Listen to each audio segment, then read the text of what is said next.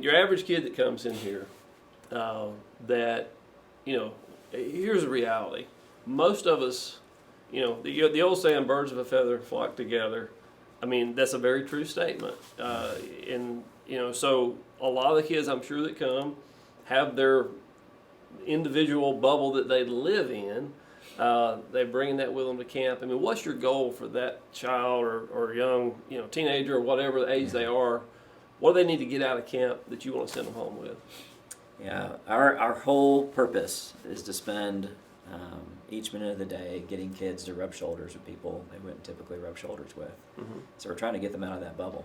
Mm-hmm. Now we'll let you have a friend. You can pick a buddy, and right. They can be in the same small group or republic, right. as we call them. But after that, we're asking families and campers to trust us.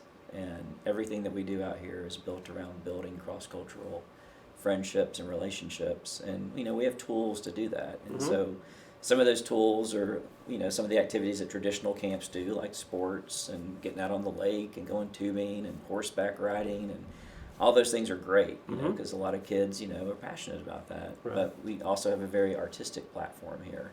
And so about half our kids are, getting in the recording studio, and they're learning how to program beats, and they're making of the band and writing songs, and stomp, music, drama, dance. I mean, you name it. And it's so amazing, because you're right. A lot of the kids come in, kind of flocking together, and now we're using the arts to help them realize, wait, we're passionate about the same thing. The people I came with sometimes tease me because I'm so passionate about, programming music. Right. And here I am meeting somebody from another country who's equally passionate about that. And sometimes those friendships take off a little faster than even the peer relationships and friendships in the cabins do. Right.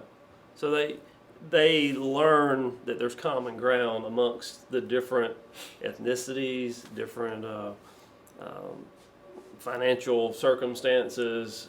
Basically, you're teaching them what we were just talking about a minute ago. We're all human. That's right.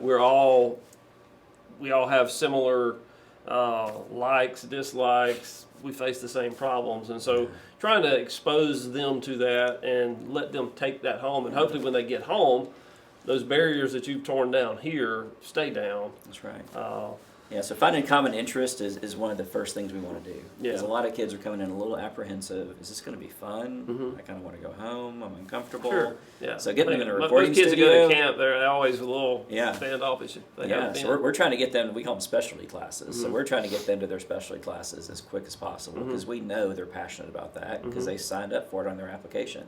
So getting them to the horses or getting them to the film studio, that's big. Right. But after that, we are also writing curriculum and Bible studies. We're bringing in speakers and worship teams. We're doing team building. We're doing experiential things that are also kind of coming alongside those kids and those relationships and supporting them. So, I mean, if you've ever done like a low ropes course activity, there's nothing like being with a diverse group of people and then all of a sudden walking up to a platform, that's 2.5 feet square and saying, okay, all 15 of you guys get up there and hold on for 30 seconds, and the next thing you know, it's like, I've never even touched somebody different from me, and you're like holding on to them for dear life so you don't fall off the platform. That's just one example. But there's also things, like privilege lines. Where we're getting the kids together, and this is usually day 4, and they're out there, they think they know their friends, they know their buddies, their counselors, they know me, and we all get there on the soccer field, and we hold hands, and then we start asking questions about privilege.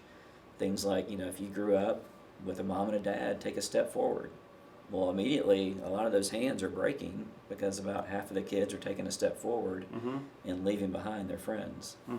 And after about 40 questions based on privilege, I mean, they're spread out over the entire soccer field. And so there's some really intentional moments as well. And we're saying, hey, just pause and look around.